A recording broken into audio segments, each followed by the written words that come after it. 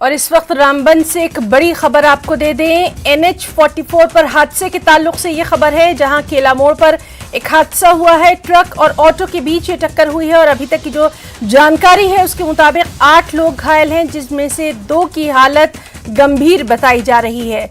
तो जिला रामबन से ये बड़ी खबर, जहां NH44 पर हादसा पेश आया है। आपको बताएं कि ये जो केला मोड़ है, यहाँ पर अक्सर इस तरह के हादसे पेश आते रहते हैं। इसके ताल्लुक से लगातार हम आपको बताते रहे हैं। एडमिनिस्ट्रेशन से यहाँ पर खासी एहतियात बरतने की बात भी लगातार की जा रही है, लेकिन आज एक बार फिर से ये खबर आई कि ट्रक और ऑटो के बीच टक्कर हुई है। 8 लोग घायल हो गए हैं, 2 की हालत गंभीर बताई जा रही है।